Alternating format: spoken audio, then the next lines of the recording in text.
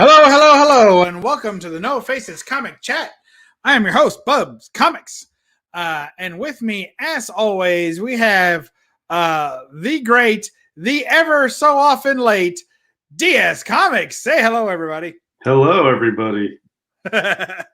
Glad to have you. Good to have you. You know, DS, I know you're not a fan of all the extended long intros and timers and all that crap, but the reason that I do it, and I think probably the reason other people do it too, is because when you first go live, right? Yep. Then it takes a while for people to get the notification, to click on it, to put their pants back on, perhaps take their pants back off, whatever their viewing pleasure desires, and get ready for the chat. So, you know, that's why we do it. Yeah, I don't care about all that. When I do it on my channel, there's no ads, there's no fluff, there's no intros. You're either there at the beginning or you're late, and it's just straight content, and it's low tech, and that's it. You know, often you'll have a 10-point rant, and by the time I tune in on minute 3, you're already up to your 8th point. That's what right. What the hell? That's right. You snooze, you lose. Yep. Now, you guys may have recalled from last week that Roger wasn't going to be able to attend this week. You okay, DS? Yeah, I think I'm all right. I just choking on a gerbil over there, or what's going on? No, I'm still a little stuffed up from my long nap that I just took. You know, I like to sleep late afternoon nap on Monday. Rub it in. So yes, I know that most of you recall that Roger was not going to be able to be here this week. However, I scoured the internet. I scoured the interwebs, went through the entire annals of the YouTube archives to come up with the absolute best replacement guest that I could come up with to try to fill Roger's shoes. We know it's difficult, but really when you're working with the best and you can get the best, you bring the best to the table. And when that guy was busy, I got Comic Mag Musings to fill in for him. What's going on? Talk about scraping the bottom of the barrel, Bub. Oh, yeah. There was only a third of a pickle left in this one.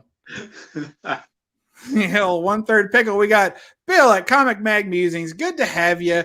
He's showing his trifecta of books no one else owns. What is it? That's true. They don't know these particular 3. Exactly. Those exact 3 are only in your collection. Congratulations on that achievement, sir. Yes. Look, glad you could make it. You know, we've been wanting to have you on the show ever since you made your final donation, which was people probably don't know this, but it was a layaway program to get on this program. So he's been making small donations each and every week to get to the point where he finally had paid his way onto the show, and that's what you have before you now. We would have had him on anyway, but you know what? Why buy the cow when you can get the milk for free, right, fellas? Yeah, that makes perfect sense. I appreciate you having me on and for charging such low interest on those payments, too. Thank you, sir. Absolutely. 1/3 of every interest payment goes to the Buy a DS a Grail Fund, which should mature somewhere around 2068. I'll have my Grail Fund will be good by summer. Will it really? You know why? Because I'm priced out of everything and I can't buy anything. Yeah, that's crazy, isn't it? Every week I have a little more money and I can't ever win an auction. So, you know, what are you going to do? It has been something lately anyway. It's been pretty wild. Even the YouTube auctions are getting out of control. Yeah, I sold some stuff Friday on a YouTube auction. That's what I was referring to. Yeah.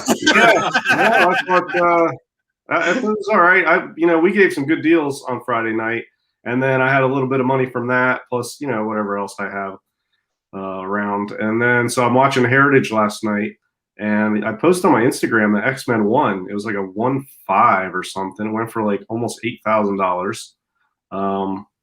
A Famous Funnies Frazetta, like mid-grade, went for 7,200. Man, that book like last year was $1,000. Right. Now it's 7,200. So I don't know what's going on, but I've been talking to some other people. I think a lot of older, wealthier investors are moving into collectibles. And so there's a lot more money coming in, and these people there's demand for these books, and the prices are going way up. But for these new investors, they don't know the prior 20-year history of prices on these books. They just know it's a hot book and they want it and they have money. So I think that's part of what's going on. Yeah, it very well could be. Let's see. Oh, in the chat, we have he was early, but only by 3 minutes.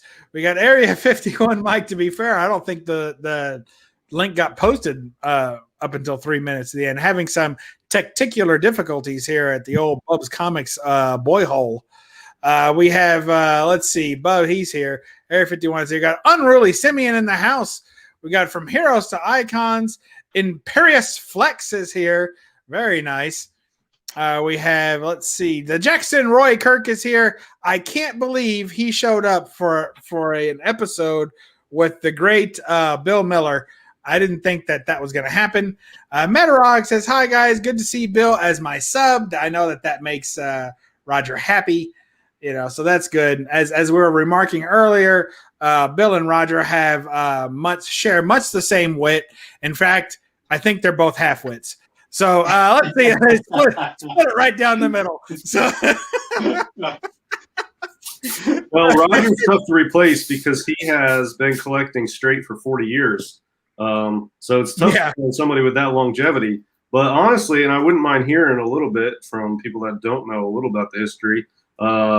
What Bill's history is, I think he's been collecting for quite a while. So not a bad little stand-in for Roger. Wouldn't mind hearing a little bit about that. Yes, and I think that's, someday they're going to mark that on poor Bill's grave. Not a bad stand-in, not a bad little stand-in.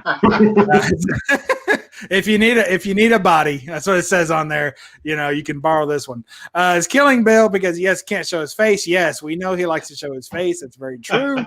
Let's see. Oh man, I hate when it jumps like that. If I miss somebody, I'm sorry. Just say yes, I'm still here. Discovery Bay's in the house, caught him. James Gallegos is in the house, and Knights of Old. You all know what that means. Watching Knights of Old's like watching butter melt, baby. It's smooth like butter. Yeah, it is. Don't get excited, Bill. Now we know what Bill really gives his $2 chats for. Is to see that butter melt. Comic Books NYC's in the house. Glad to have you in the house, Kavi. Congratulations on hitting your milestone of something, wasn't it? 300 subs, I think. Is it 300? I think he's got a few more than that. I think he's got a few more than that. You got good point there. So good to have you all. Congratulations, Kavi. All right. So here we are at the Meat and Potatoes. And as DS had alluded to prior, we'd like to get to know, anytime we have really anyone on the show, we'd like to know kind of a little bit about them for people that are unfamiliar, and just give us a little bit of a very brief if you can. And then if you think you can't be any more brief than that, try again. History of exactly how you got into comics. So take it away, DS. Yeah, I got back into comics 5 years ago. I don't have much of a story. So all right. Well, we appreciate that. I guess since we're back to the bottom of the barrel, let's hear from our new friend.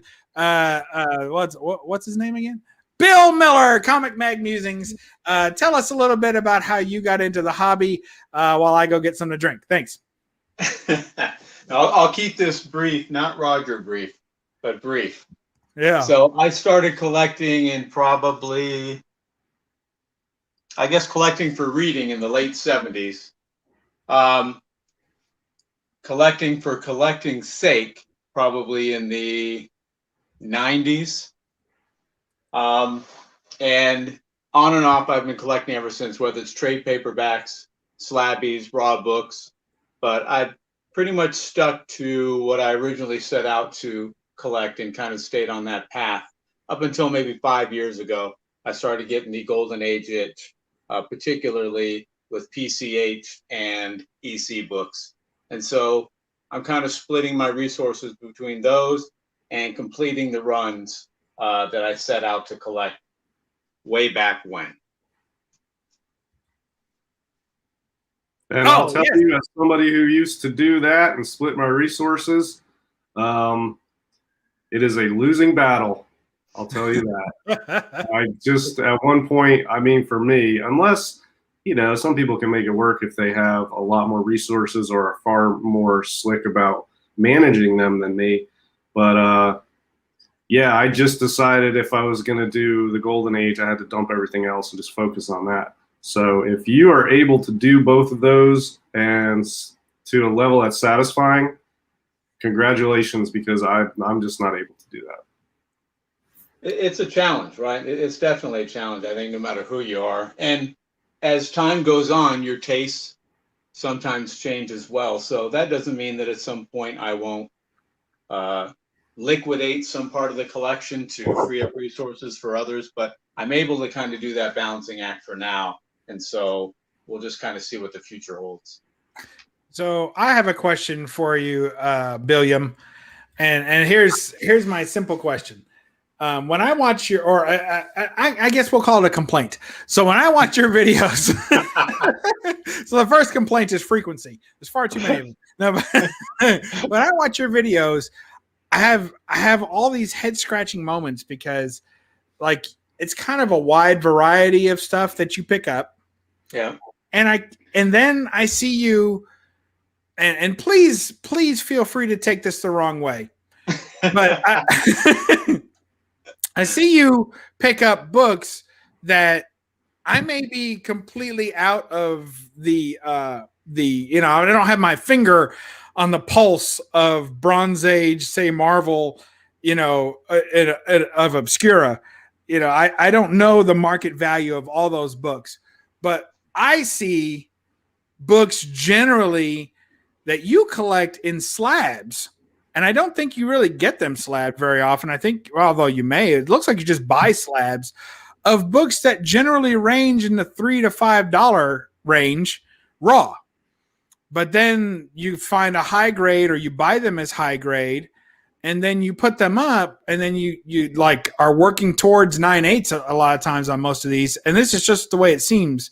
And I mean, if I ask you point blank what you're doing, who knows? It might just be a bowl of spaghetti up there sloshing around, but it just seems like, for me, that there's no, like, what are you trying to do? Are you trying, because I would understand picking up those books like for reader copies, you know, or you're collecting a run that you could read, but you can't read a slab. So what the hell are you doing? That's my question. All right, take it away. So years and years ago, I determined that I was going to collect high-grade slab examples of 1 through 20 of a number of different series, or 1 through whatever, if they're just over 20 or just under 20. And so that's kind of what I've slowly been working toward. For all the slab stuff, I'll either have a reader copy or a trade paperback that I can read it. And so I've sent in books twice to see, one time to CGC, did 2 videos from that. So everything else I buy is slab, usually at auction, usually for pretty good prices. You'd be surprised at what you can find when the bigger dogs are chasing the bigger game, and they don't necessarily scare away the small game. A little Chihuahua like me can let them piss in the tall grass, and then once they run away, I'll run and get what I want. All right, but why do you want what you want? I guess that's my question. Like, what is it about a 9/8, you know, random Bronze Age book? You know, no key, nothing that anyone else is really speculating on in any way. What is it that you see in that book as a slab specifically? Because I get the reader run version of that. That makes perfect sense to me. When I see people collecting readers and they're going to enjoy them and keep rereading them, that makes perfect sense. but what draws you to like a 9.6 of a book that has no other value other than as a reader that I can see? Like what draws you to that buying it in a slab? Because I was initially determined that I was going to collect that, and I wanted to get a high grade slab of each one of those. Of each one of what? It depends on what it is. Nova, Tomb of Dracula, Werewolf by Night, a whole bunch of series.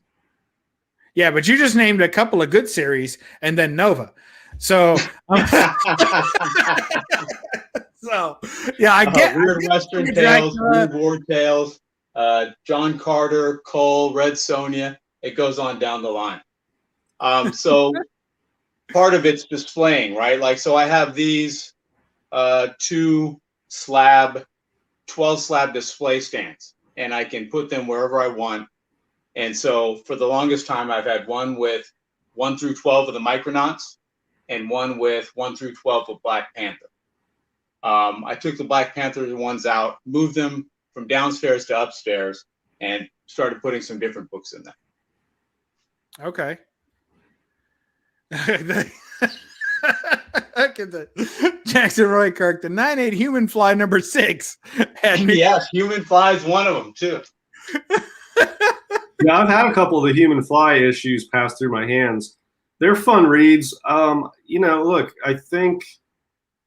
I know everybody's chasing grails and chasing keys, and of course I do that too. I'm not a completist or a run collector anymore, but there are, especially in the Bronze Age, there's a lot of fun reads that are generally considered crappy titles, but they're super fun and they're cool and they're bright and they look good and they're just funky in a cool bronze way. So yeah, I totally get it. And then if you're going to get those and nobody wants them and you can get high grade copies for cheap, why not? Exactly. I think it's cool. It's just, for me, a matter of space and resources that I don't do that anymore. But yeah, I think it's cool stuff. I mean, some of that stuff may never appreciate in value a whole bunch, but Human Fly is not the most popular title. Nobody really cares about it or collects it. But if you ever get one, check it out. It's a fun read. But I also like Machine Man. A lot of people dump on that. I think that's a cool read. I think Nova's decent. I've read a couple issues of Nova. I think that's fun. Eternals is okay. I think the movie will be good. It's not bad. Yeah, there's a lot of bronze stuff that doesn't get respect that I think is just good, clean fun. And if you can get high-grade stuff for cheap, yeah, why not? I think it's cool. Yeah, absolutely. You'd be surprised. The demand is there. Even for non-key books, there are more people like me than you would imagine who want high-grade filler books because they're probably working on a whole run, whereas I just established certain segments for each title. But I bought and sold a lot of non-key books for a decent profit.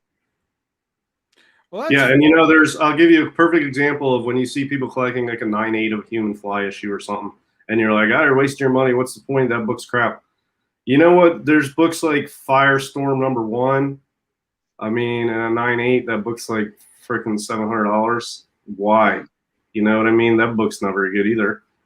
So I mean, there's people that collect this stuff, and yeah, I mean, if you can get a 9.8 of anything that's 40 or 50 years old, man, I think that's cool. All right.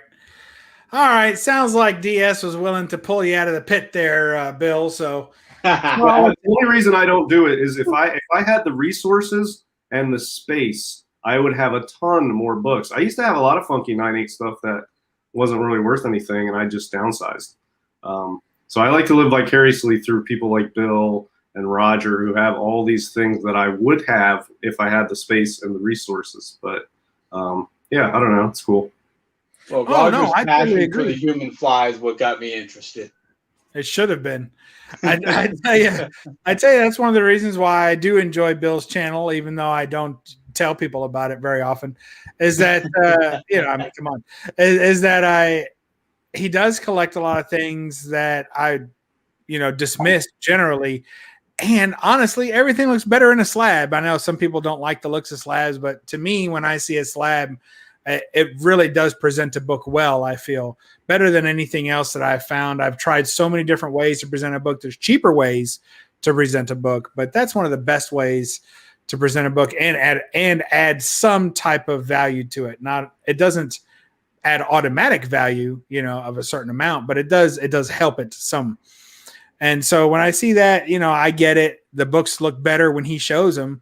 And then, he's always popping off some obscure first appearance of, Conan's third nipple. And, it's like, what? Yeah, it's the first time it was mistakenly drawn a third nipple on Conan. All right, well, then there's a first. So I get it. It is fun.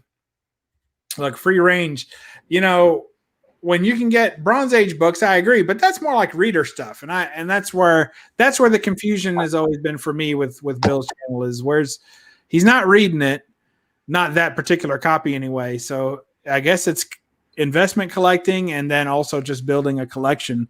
Cause I know that you do sell your downgrade copies, right? Yeah. I sold hundreds of graded books. Really never any raw books, but a lot of graded books. Yeah. That's how it goes. And they are more liquid when they're graded. So that's good. All right. It's been a lot easier for me, but at some point I'll make that transition and start moving some of these raw books I have as well. All right. Well, let's get to the topic of this evening. I don't even remember what it was. DS, do you remember what our team name is? I know that you had about 12 seconds to look at it before the timer went off. Something about forging blades, sharp instruments, cutting tools, something in that arena. Yeah, it's all falling apart. Now, I know Bill knows what the topic is, but do you remember what the team is? The team is the Sword Thrusters. Oh no, that's not it. Was it the Swordsmen and the Sorcerers? All right. Look, everybody, we're having some technical difficulties. We're having a hard time over here at BUB'S Comics. Blade Runners. Blade Runners, yes. The what? The Blade Runners. No, it's not the Blade Runners. Well, it should have been. That's way better than an on-edge swordsman. Oh yeah, that's what it is. The on-edge swordsman. I like that one. It's not bad. Blade Runners though. Yeah, that would have been the best. You gotta the on-edge swordsman. Look, you got to be careful with those properties that are well known because then you get a bunch of weirdos in the chat who are like big Blade Runner fans. I mean, granted, we already have a bunch of weirdos in the chat, but specifically Blade Runner fan weirdos who are like, I thought this was going to be about Blade Runner. What's clickbait, and you get like 100 thumbs downs. So you got to watch out for them. Blade Runner is arguably the best sci-fi movie ever made. Yep, you can make an argument all day. Yep. Oh, goodness. Let's see. We've got a bunch of people rolling through the chat. Thank you all for being. Ranger Sly showed up. Good to have you here. Slim's Comics and More is here as well. Justice for Comics is here. Thank you for joining us. Mastodon popped in here. K Titus is here. Good to have you guys. Six Face Comics is here as well. You guys are blessing us with your presence. We thank you. We know it's going to be a rocky show. We're missing a third wheel and we replaced it with a toothpick, but we're going to get through. And glad to have you all here. So look at William Smallwood's here as well. Hello. All right. Bill, you know that this topic was chosen for a very specific reason. I imagine it was chosen because you love sword and sorcery books. So here's the deal. I like sword books, not as keen on the sorcery. Fair enough. Well, we've got plenty of sword books. There you go. We're starting with Savage Sword of Conan #1, where he wields his sword. That's probably the one that his father made, called Father Sword, I believe. Do you have that book? Could you show us a copy of it? I do have that book. So the one in the middle is signed by Boris Vallejo. That one, probably my favorite. Why did he sign that particular book? Because someone presented it with him, probably paid him, and asked him to sign it. That's what I'm guessing. Was he a creator of that book? Is he one of the Okay. letterers? So he's the cover artist. No, there you go. Yep. Nice. And yes. Yes. Yes, so he is the cover artist, and he created probably my favorite Savage Sword cover, which is one I showed off on Instagram maybe yesterday. But that's number 5. And that's the one where he's stretched out on the X, which I believe has been swiped many times, probably most famously in the Wolverine cover that somebody did. Yeah. So that's originally a Savage Sword cover? Yes. I didn't know that. Do you have that to show, or are you just teasing us with trying to get some more followers on Instagram? I have it, but I didn't bring it because there's no sword in it. Oh, okay. Fair enough. It's in the other room. So, yes. Savage Sword of Conan, his father's sword. Then I think a lot of people go by the movies as well.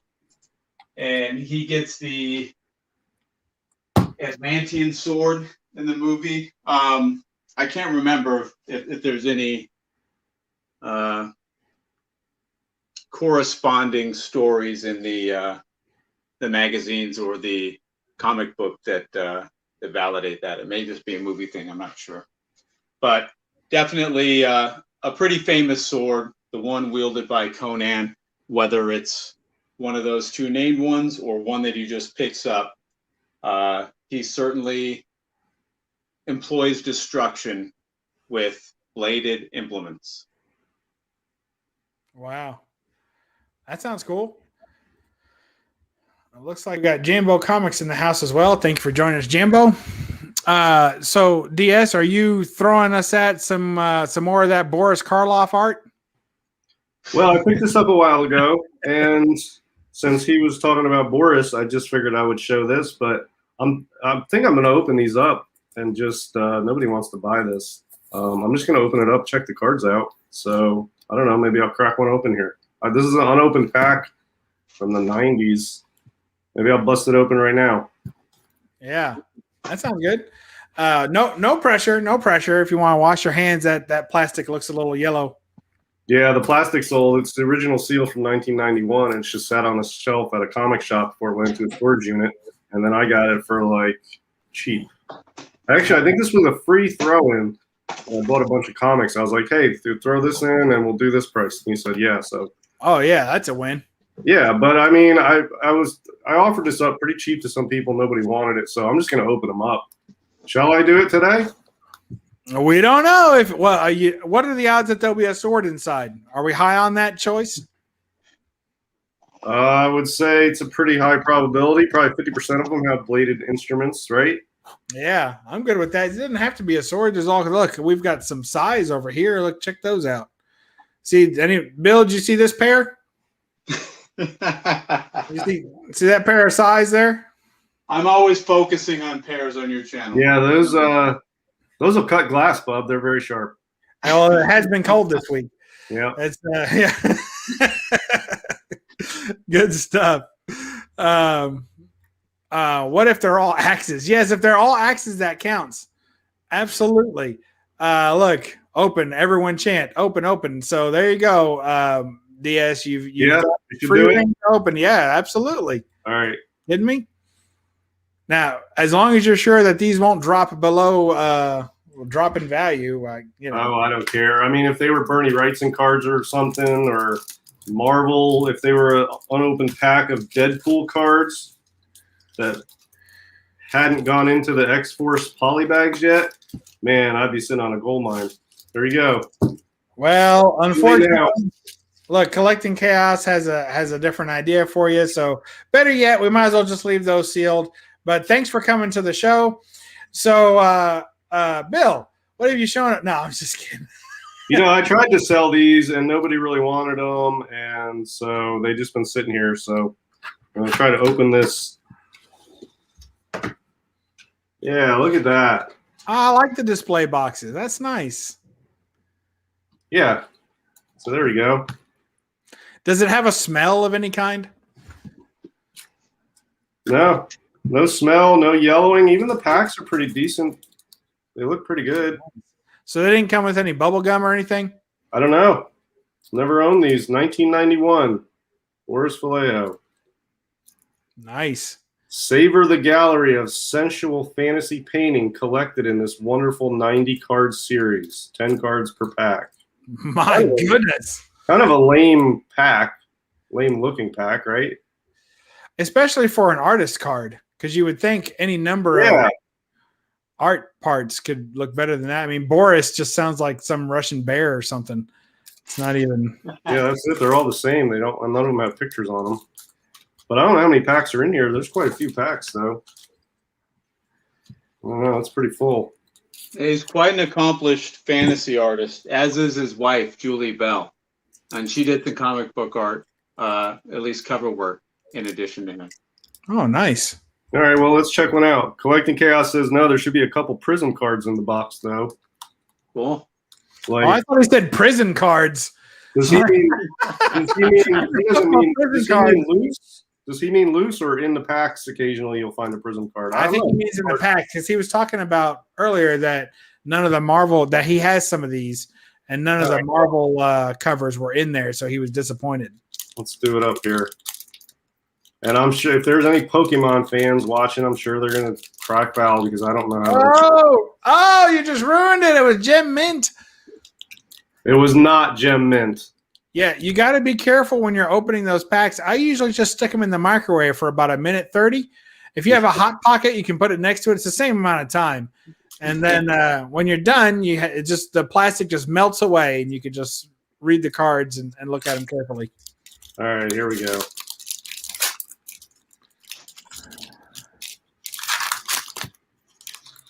All right. Yeah, I think they read different kinds of packs in prison, don't they, Bob? Yes, prison packs. First one that I see is actually the one that is on the display. So there you go. Funny coincidence, it's the first one I see as well. All right. What are the odds? On the back. Stone Idol. It's got a little description and a little drawing on the back.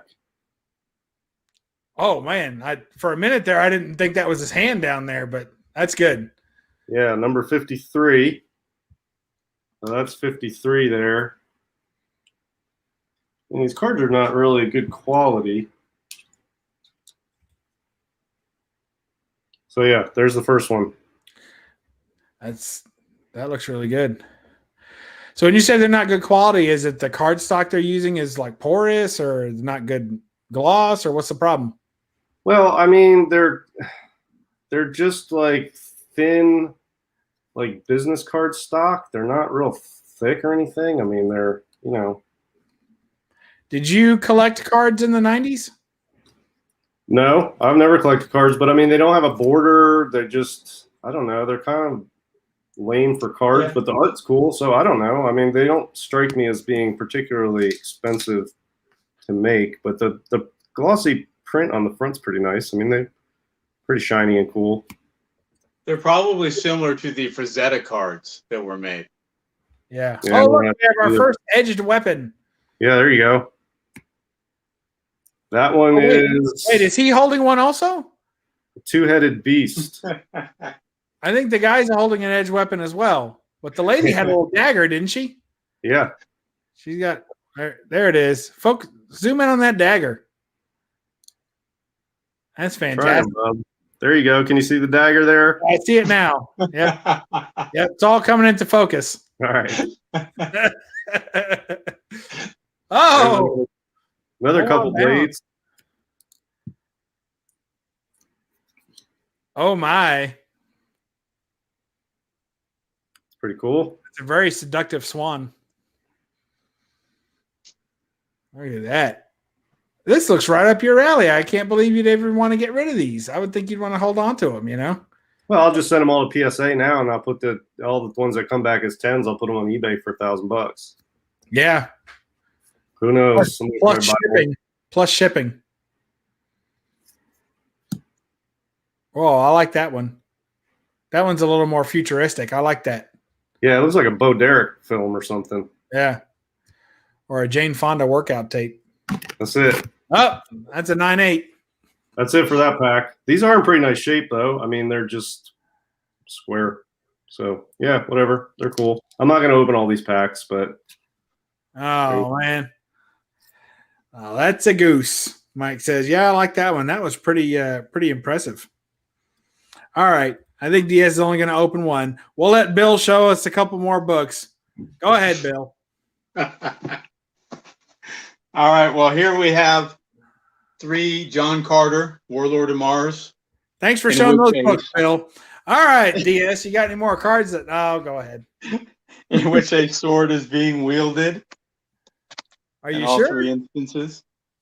All right.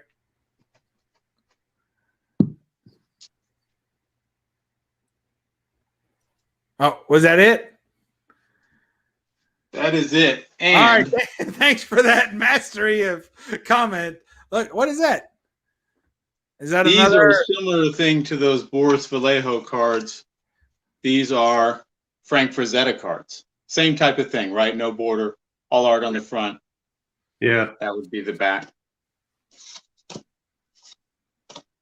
That is nice. So these are from 91, I think.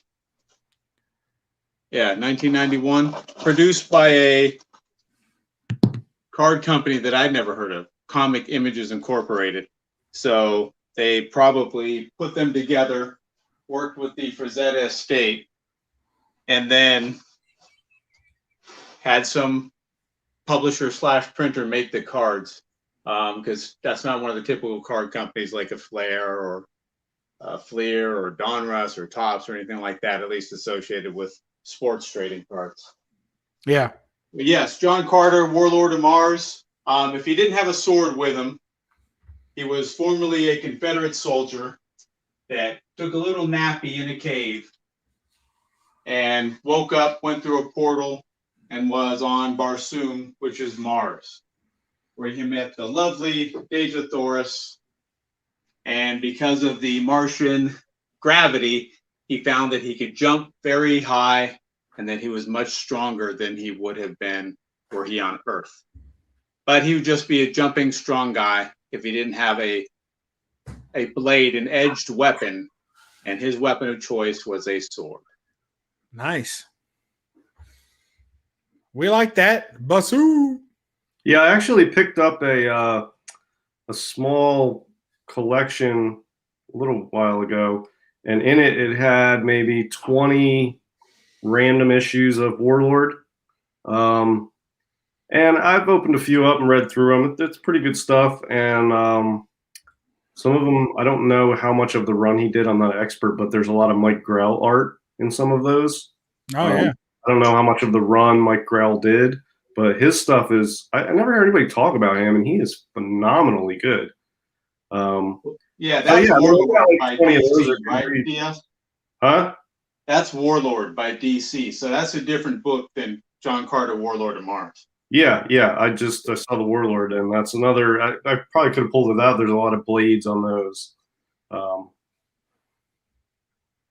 Yeah. Grell did an amazing job, and he did interior art and cover art for a good portion of that run. Yeah, that's a pretty solid run too. What about? Do you guys think Wolverine's claws count?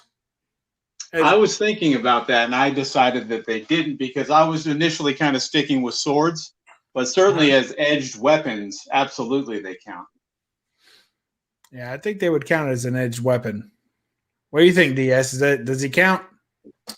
Well, they are edged weapons, but I think if there was an edged weapon competition, he would be disqualified from entering because they're actually part of him. He's not he doesn't, you know what I mean? They're actually part of his body. Yeah. So yeah, they're edged weapons, but it's not quite the same, but they are definitely edged weapons. But it's really cool when he fights somebody who has their own like edged weapon, like a sword or something, like Silver Samurai. Those are always cool fights because it's like 2 different versions of the edged weapon. It's interesting. Yeah, and often he'll wield a sword as well. Yeah, he's trained as in martial arts. He spent time in Japan, obviously. So yeah. Let's see.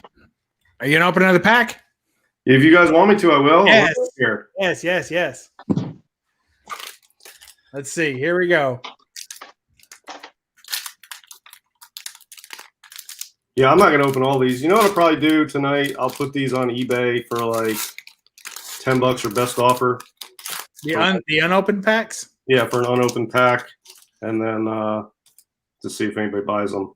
All right, so this first one is the Boris checklist. All right. Everyone's looking for that one. That's the hot card right now. 1 through 44 on there. Well, I think there's 90 in the set. So on the back, yeah, 45 through 90. So Wouldn't it be weird if somebody had if they're collecting gold, like this is maybe something Bill wants to look into. Like if you're collecting gold was to pick up only the checklist from every card, every card set there ever was. Yeah, just thrown out. Yeah, nobody likes those. And they get marked up a lot because I know when I had my checklist as a kid, I always marked them off as I went. Nice. Did we see this one already? Yes, that's a repeat. Oh, man. Yeah, now I'm going to be working on a full set, and I'm going to be pissed when I get a repeat. I think that's cool. new. Yeah, that's new. That's new. That's cool. Yeah. That's a repeat. Oh, what a shame. Hey, if you're going to have a repeat, that's a pretty good one. Yeah, it's not bad. I like swans. Yeah, I'm a big swan. That's a repeat. Yeah. That's new. Is that the Zoltar from Big? I don't think it is. Nope. All right. Pretty detailed. That's a new one. Yeah.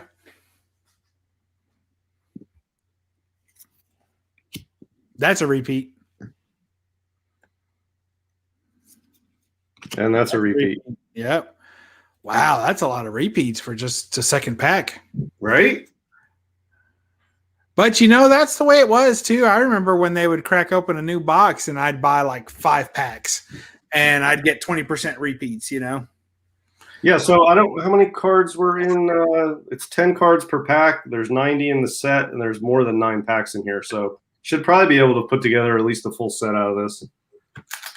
I mean, there's got to be like 30 40 packs in here. I don't know. There's quite a few.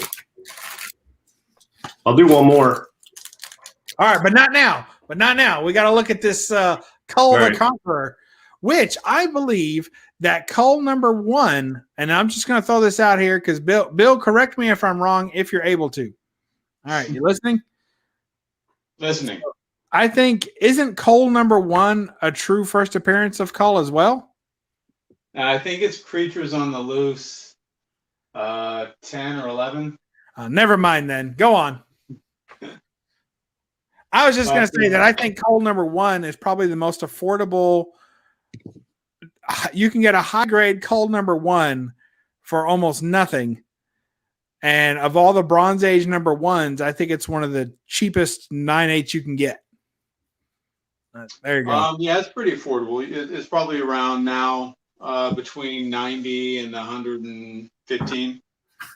Yeah, but you can get a high grade and shoot for a 9/8 too, or try and get them. And that would be it for a 9/8. So it's definitely still affordable. Cole was a great character. I'm a big fan. Obviously, another Robert E. Howard character. He precedes Conan. And as a matter of fact, Conan came to be when Howard was reworking or rewriting a Cole story that was rejected by one of the Cole publishers.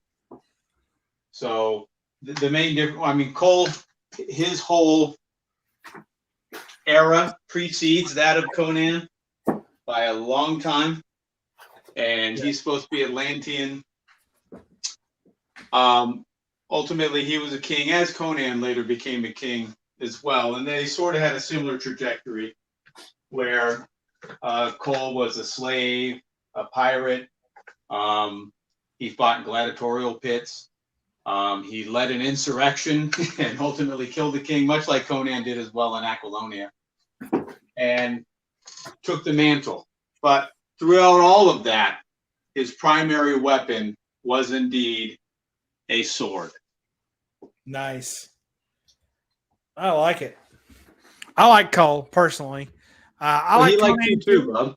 Yeah, I'm sure he likes me. Yeah, but I can't do much with that. So, but yeah, he's a good character. I do enjoy him. I like. Is there? Let me ask you a question. Is there anyone that you favor that wields an axe? Gosh.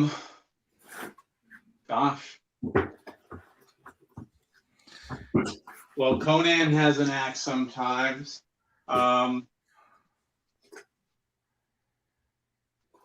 Probably, but no one's coming to mind right now. Do you have someone that wields an axe? I've got an axe on this book right here. Now you're talking about hatchets. I don't know. That's pretty big. Oh no, that's an axe. That's an axe, dude. That's pretty badass. Oh yeah, that is tough. Bernie Wrightson cover. That's really tough to find in nice shape. So I was really happy to get a 9.0 on this. Bought it raw on eBay, I think. Sort of a little known Wrightson book from 1975, but one of his best, I think. I just love it. And that collection I bought, I think the person was a big fan of edged weapon heroes because I've got multiples. Let me show off some of the stuff that's in that collection. I still have a bunch of these. So I got a bunch of these. Oh yeah. That's Warlord. I got a whole run of that. Not a full run, but a lot of them, like 20 or 30 of them. I got a bunch of these. Nice. Okay. Yeah, that's a Conan. I put those on my DS Comics for sale, and nobody's bought them. They're pretty like early-ish Conans. There's one of these in there. It's got a lot of blades on it. Bill, have you not found this DS Comics for sale stronghold of Conan books yet? I just now found it. Yeah, and they're not going to be 9/8s. But here's another one. I have a couple of these. Oh yeah, Throngor. Yeah. So that's cool. You don't see that one too often. No, you do not see that. That's great. Yeah, I haven't read this one yet, but I pull this stuff's cool. I pull it out and read it, and then I try to sell these lots or give them away because this is a low grade. But it's Creatures on the Loose featuring Thongor, so it's number 24, Creatures on the Loose, I guess. Pretty beat copy, but it's a 20 center, so it's 1971 probably. I got a couple of those. Khazar. Now I like Khazar, but mostly because he teamed up later. Yeah, Lord of the Hidden Jungle. So yeah, there's some blades on that one. That's pretty cool. Got some of these. Trusty dagger, much like Tarzan. Yeah. Yeah, hip drawn dagger. Yeah. And I got some Call the Conquerors. This is called the Destroyer. I thought it was called the Conqueror. Is that not right? It's both, right? They changed the title like at 16, 18, something like that. That almost looks like an homage to the Captain America cover with with Red Skull. And Cosmic Cube. Yeah. Oh yeah, maybe it could be. And then so that's called formerly the Conqueror. Here is Claw the Unconquered. Nice DC one there. Yeah, this collector must have been a fan of like this sort of type of stuff because the other ones I didn't pull out, they don't have blades on them. There's some Tarzan, some Commandy, which is sort of related. I feel like that guy's survivalist type. That's the way Bill prefers to play basketball. In Commandy. Yeah. Well, this is a cool cover though. I mean, this is giant worms or something coming out of the ground. The Blood Spear, and this just chick's in a little trouble down here. I don't know. I think it's a cool cover. Again, these are all low grade. These have been well read, but I bought the collection because it had a couple nice keys in it and a couple PCH books, and then a bunch of this stuff, which is cool, but it's not high enough grade that people want to pay me a lot of money for it. but they're really fun to read. Every time I pull one of these out, I always enjoy the read. I haven't read this whole stack is stuff I haven't read yet. But yeah, so I don't know. I got a whole bunch. If anybody wants a bunch of stuff like this, I probably have, I don't know, 50 books of this type that are all sort of like VG to fine range, and I don't really know what to do with them other than just read them and enjoy them. And then hopefully somebody at some point will be like, "Hey, DS, I like those. Can I get those?" And then I'll pass them along. So anyway, there you go. That sounds good. Well, I'm sure you'll have some takers. Just be careful with your inbox. You're going to have a lot of offers coming in.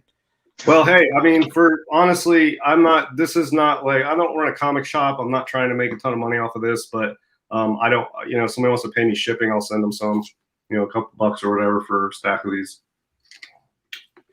I was going to do mystery boxes, but I don't want to be that guy, Yeah. I hear you. I've not been that guy. I've thought about being that guy, but I've resisted the temptation so far, and I'm going to keep doing it for now. Right. Yeah. Especially when I was getting rid of all my books, a couple months ago, and I was doing the big collection culling, and not Cull the Conqueror, but just culling the collection. And I thought about, just putting together a bunch of mystery boxes. That seems to be a way that a lot of people do that to get rid of bulk from their collection. But I really didn't want somebody opening a box of 20 books that I was proud to own. And somebody opens it up and like, what a bunch of crap. I want my money back. I'm like, I saw that would have been me, Bub. I'm sure. Like, I sold it at a loss already, and now people are still complaining. What the hell, that happens. So, all right. Well, any them there final thoughts on swords and edged weapons? I wish we'd had some more axes, because that's probably one of my favorite edged weapons. I like swords, but when it's like when you just see someone start wielding an axe, that's really something. I like to see that. And I don't know. I didn't pull one out, but I wondered if you guys considered like Captain America's shield to be an edged weapon. I don't know. That's a good question. I think that's up for debate, right? He certainly uses it as a weapon. But I guess when I think of edged weapons, I don't know that it can cut or do the damage because of the edge or because of the material from which it's made. So that's the tough one. I can see that going either way. Yeah, me too. That's why it would have been a question posed. DS, you going to break the tie? The question was whether Captain America's shield is an edged weapon. I mean, It's not razor sharp, but I feel like it's thin enough that when he throws it with such force, it does a lot of destruction. But I wouldn't consider it an edged weapon. I don't think it's razor sharp, right? It's not sharpened. No, I don't guess it is. No, it's definitely not sharpened. Yeah, so I don't think it's an edged weapon. I think it's just you throw that with enough force, it'll do some damage. I've got a lot of these type of edged weapons. Ooh, bayonets. See, that's what I'm talking about. Look at that. Bayonet covers. I had this one for sale, and I pulled it down. I just like it too much. It's the highest graded. It's the only graded, but that doesn't make it any less of the highest graded. But, yeah, I don't know. This one I just love. Look, there's some things about comic book art or other art where it's not necessarily the theme or the colors all the time. It's the composition and the design. And this is just so aesthetically designed. Just the angle of the hill and then the angle of the two guys, it just matches up. The angles match up and the lines match up, and it's just really pleasing to look at the design of this. I've seen that before, DS. Isn't that the lowest graded? Yes. This book's a bit of an enigma. It is the lowest graded and the highest graded all at the same time. So it's very valuable. So, yeah. Oh, man. It's a party. That is a beauty. But I'll tell you, this is going to stay the highest graded for a while because there aren't many of these out there. And they are not in great shape, even when you do find them. It's not one of the better Atlas titles from the time. Other Atlas titles sold more. This was not one of the better selling titles for Atlas at the time, and this is a 1952 as opposed to a 54 or 55. book, which would be more plentiful. So there's not a lot of these out there. There's some. There's probably maybe 2 or 3 maybe on eBay, and they're probably not anywhere near 6.0. But there's some collector out there who's in his 70s who probably has a full run of these in 9.0, and that'll hit the census at some point. But a 6.0 on a 1952 war book is no joke. So yeah, I'm really happy to have this. I'm kind of glad nobody bought it off me because it's such a nice copy. So does that happen to you often? Do you pull books back down after having them for sale and just think, you know what, I really want to keep this, as opposed to just leaving it up there for a ridiculous price? Well, I didn't put it up for a ridiculous price, but here's what happens. When I put it up for a price that people think is too high, those end up being the books I pull down, and that's when I come full circle to the realization that that's why I had such a high price on it, because I really do value it more than most people. So that's ultimately underpinning that is the same reason why I decided to pull it down and keep it, because I like it so much that's why I want such a good price, because it's so awesome, and that's why I end up keeping it. So yeah, makes sense. Down. I've got one I'm thinking about pulling down right now. It's that female Indiana Jones City of the Living Dead PCH book. I've got that up for 26 or 2,700, which I honestly think is a fair deal for that book. And I'm about to pull that down because I feel like if somebody buys it now, I'm going to be sad. So. Oh yeah. Yeah, I do that routinely. I throw books up and then I pull them back down. Oh, cool. I just wondered because I know that your collection does grow, but it grows slowly. Yeah, it does. That's true. Yeah. Uh-oh. Bill's pulling out some Red Sonja. I'm sure he was. Oh, yeah. To be the showstopper. No, those are the Red Sonja. She-devil with a sword. And she'll only knock boots, as Bub says, with someone who can defeat her in battle. Yes. But all you have to do is tell her that you can. You don't actually have to prove it. And you can schedule a battle for later in the week and then just not call her.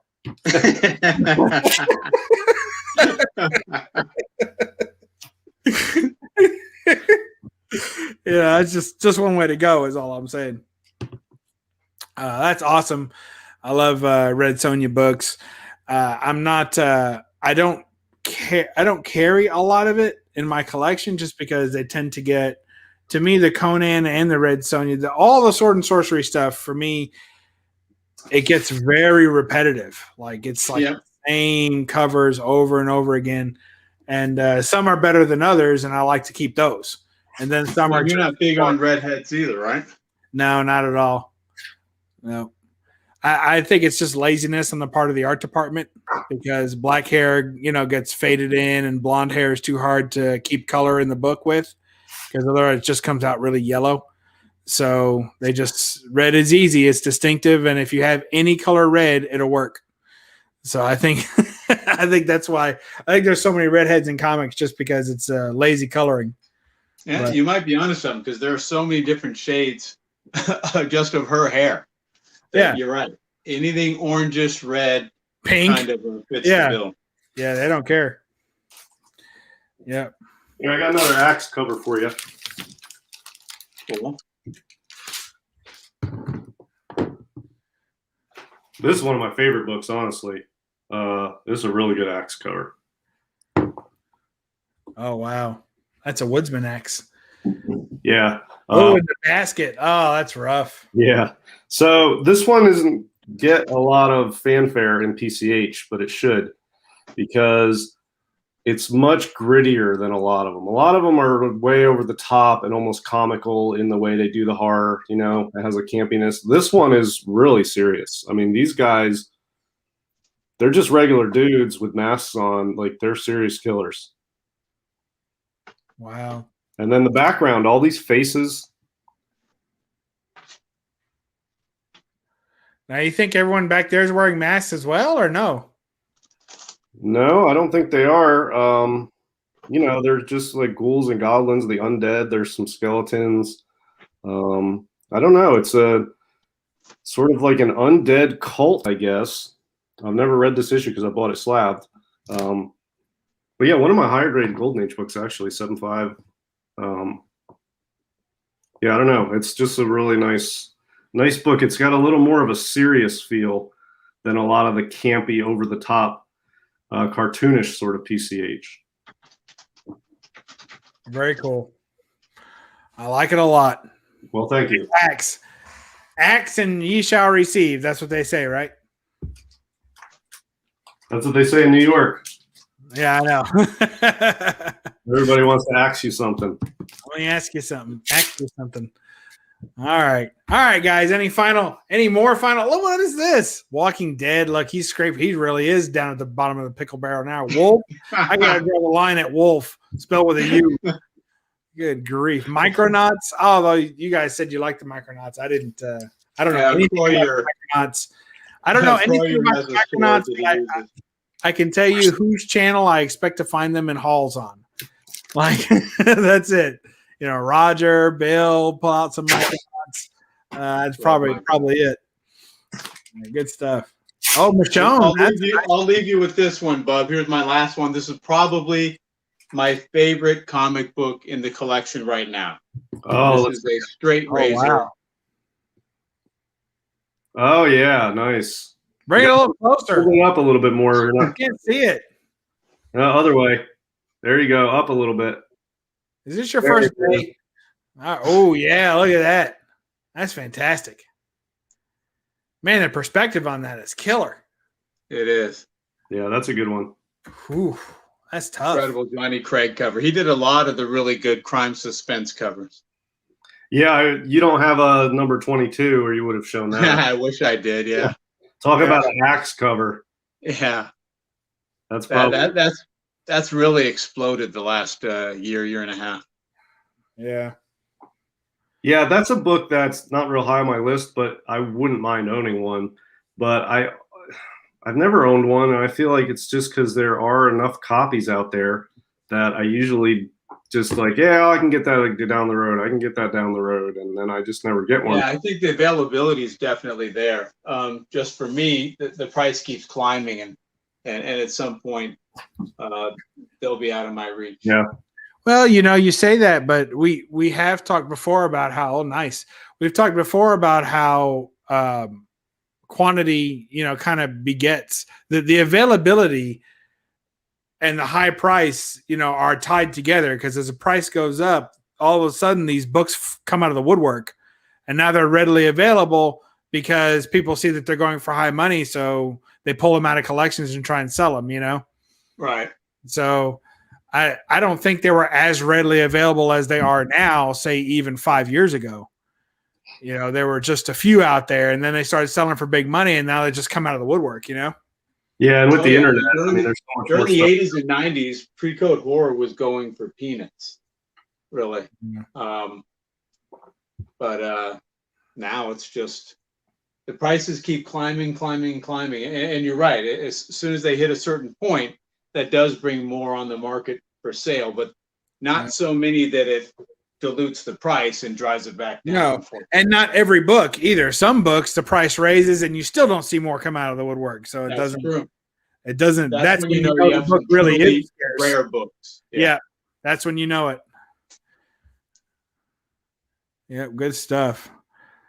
Plenty of rare books I still barely see. Very true. Yeah, sometimes just pieces of those books are hard to see. You don't even see parts and pieces.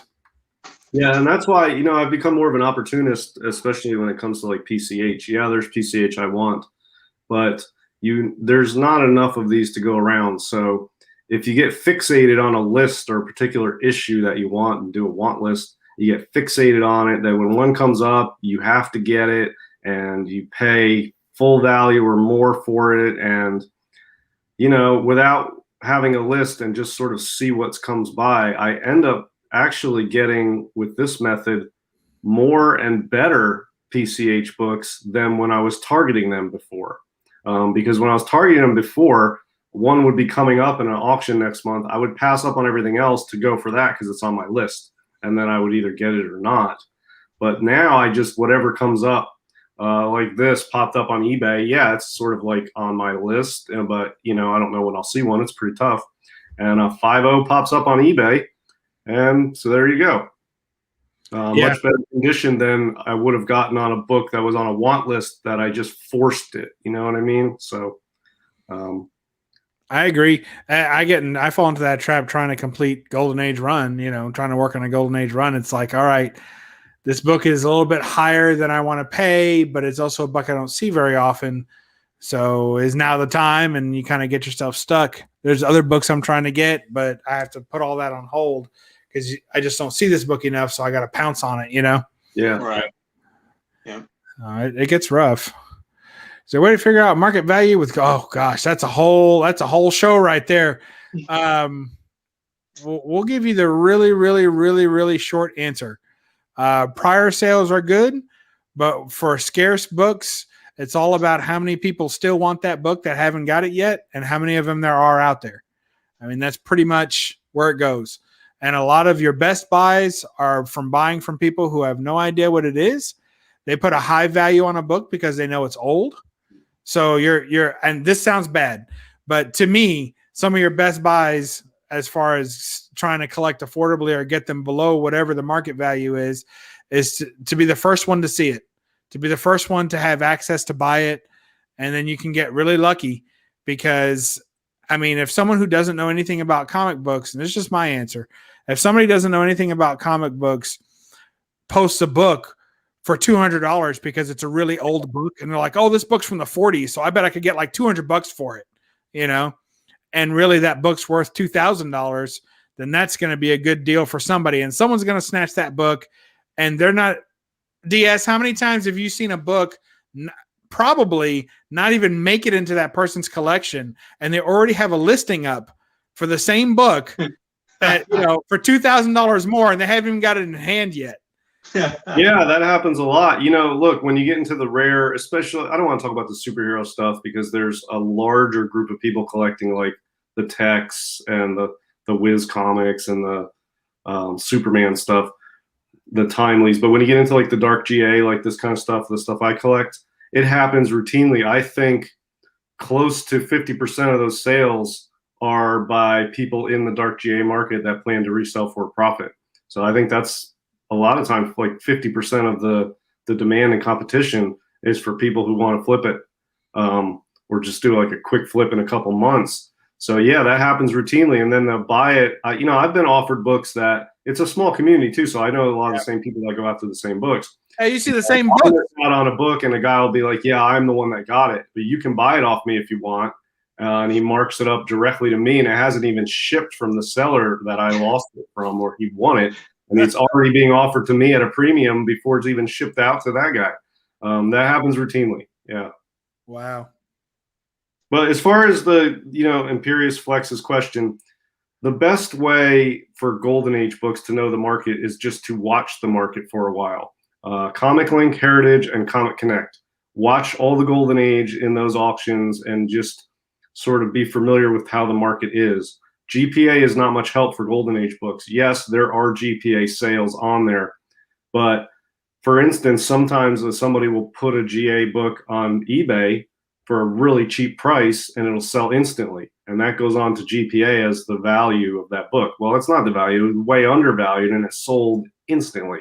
So GPA is not much help a lot of times. It gives you a rough idea, but you just really need to follow the market and sort of get familiar with it and then go with your gut after you feel like you're familiar enough with particular types of books. And even then, depending on how nice of a copy, what kind of grade it is, how many others of that book have been available lately. If there's been a drought on a particular book for a while and one comes up, it's likely to get a lot more interest than if there's 5 or 6 on the market at the same time.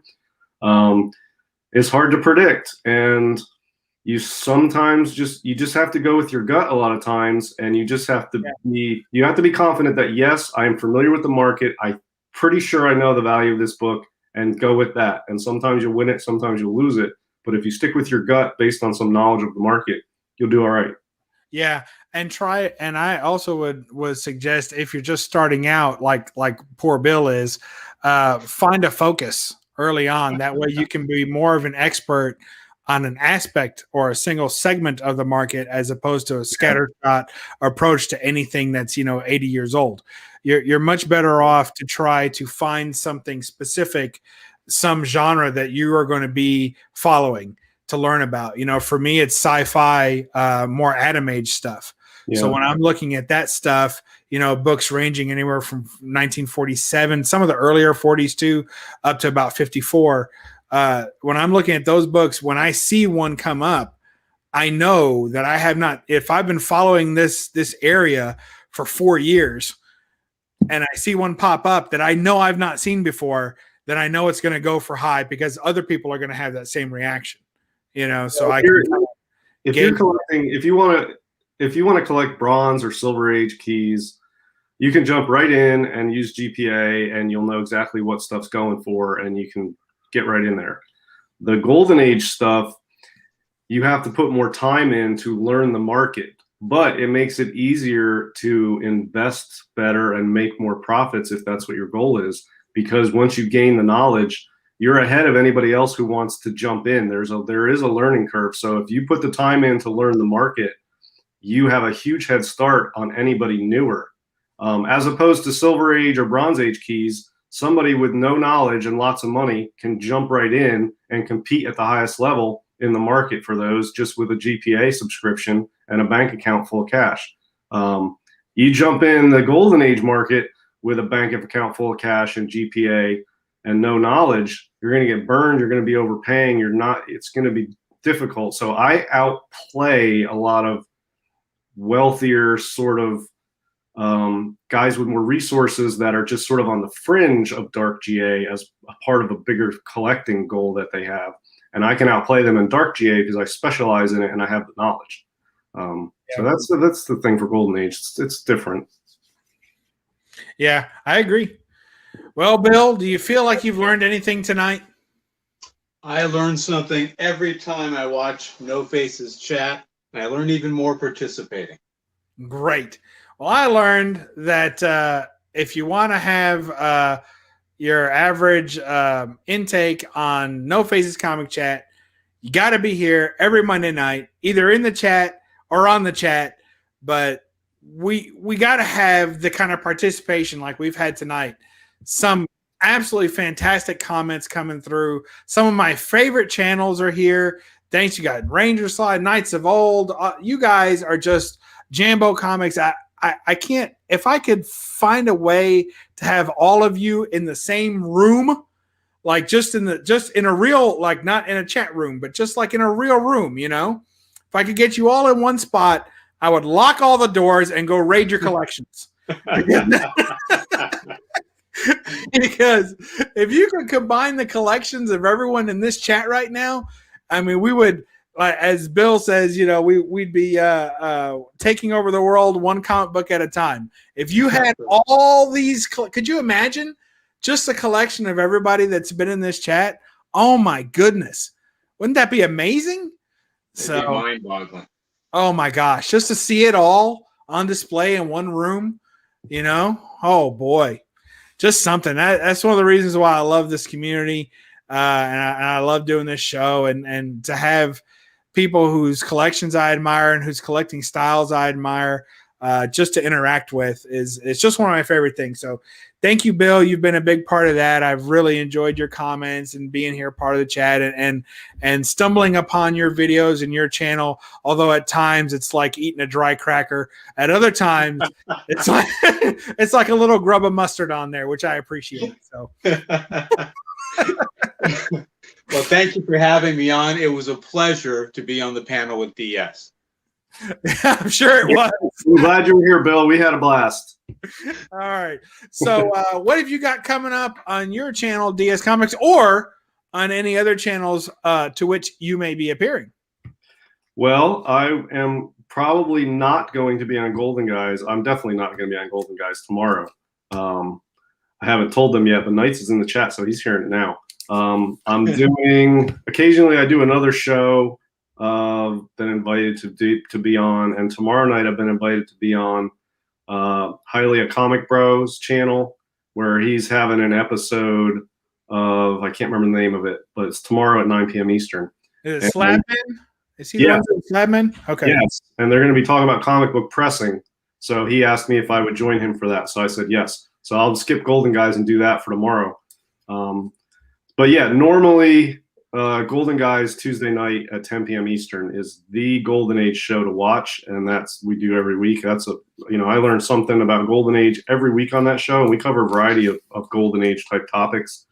Yeah, so that's cool. As far as my own channel, whenever the mood strikes me, I'll do something. I might do a video tomorrow afternoon, just on market prices. I've been thinking about it.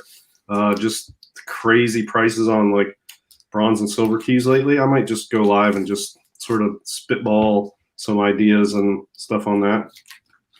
That sounds good. I like those. Always like those. Yeah, usually tune in whenever I do those impromptu live things. Yeah, because I'm usually at work. So yeah. It's really nice to be able to jump in, and every now and then I'll miss something and I have to come back, but then I rewind it and play it at double speed until I catch up. So I always appreciate when you turn off the AM radio and put me on instead in your office. That's always it's exactly what happens. I know. Exactly what happens. And then when all the clients fall asleep, I pick their pockets. All right, Bill, what do you got going on your channel and or any other channel that, much as we have may graciously and foolishly invite you? In fact, I hear there's an open spot on the Golden Guys episode tomorrow night. It just recently opened. If you want to dust off your scab cape, you might think about joining them. But what do you got going on? So I've got Cover Slingers on the Gray Man's channel on Saturday morning. We had one guy on there a couple episodes who was a real drag, but once we kicked him off, things have been wonderful. Yeah. So, Cover Slingers, that's 2 p.m. Eastern Standard Time on the Gray Man's channel. And I believe, but plans haven't been firmed up yet, but I believe we're doing another Clint Eastwood Western watch party on Genome Presents channel this Saturday, probably at 7 p.m. or 8 p.m. Eastern Standard Time. Yes, I watched some of that the other day, and I got to tell you, it was minutes of entertainment.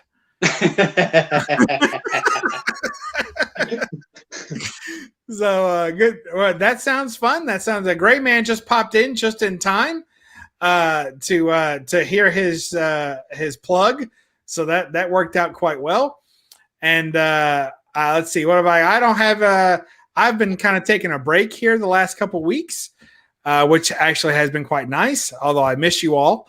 So I actually tried to film one this morning and my microphone was acting up, so I had to scrap that video. And so I'll probably film something tomorrow if I get up in time, and get a few more videos back to normal. So that should be good. That'll be fun. And of course, New Faces Comic Chat almost every Monday night. And sometime in March, I'm supposed to be back on Comigories. So we'll see how that goes. I've been putting them off for weeks, and they kind of go head to head with us every now and then. So when they go on, and go ahead. Sorry, Bob. Go ahead. No, I just was opening this Warlord issue up, and there was something else exciting that I just forgot about. I think the owner of this collection was in the military because all of his books have the Mark Jewelers insert. Oh, nice. Yeah, cool. Nice. I like those. Yeah. Plus, they help keep the book a little stiffer. It gives it a little kind of a backbone. Yeah, that's true. You've been having issues with your book being stiff there? Only when I listen to your videos, Bill. This man's a walking prophylactic. What else? That's all I got going on. But I did want to say, in honor of Bill being here on our show, that don't walk to subscribing to his channel. We really, really appreciate all you do here, helping to keep the lights on, but more importantly, being here with us for the chat and the comments. You're awesome. I can't wait until you're off the show and back in the chat. So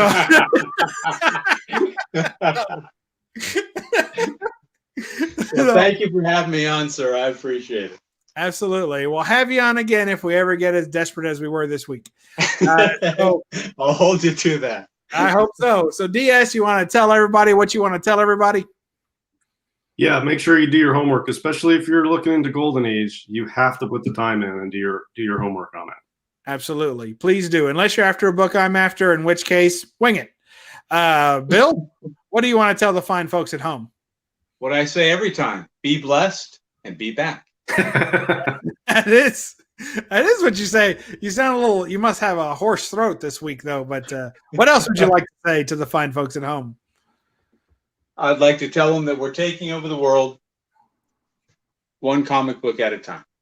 All right. Now, that pause was for an eyebrow raise that you guys didn't have to see. You're welcome. And I'll just tell everybody to read a comic. See you next week. And don't apologize for the glare. Bye-bye, folks.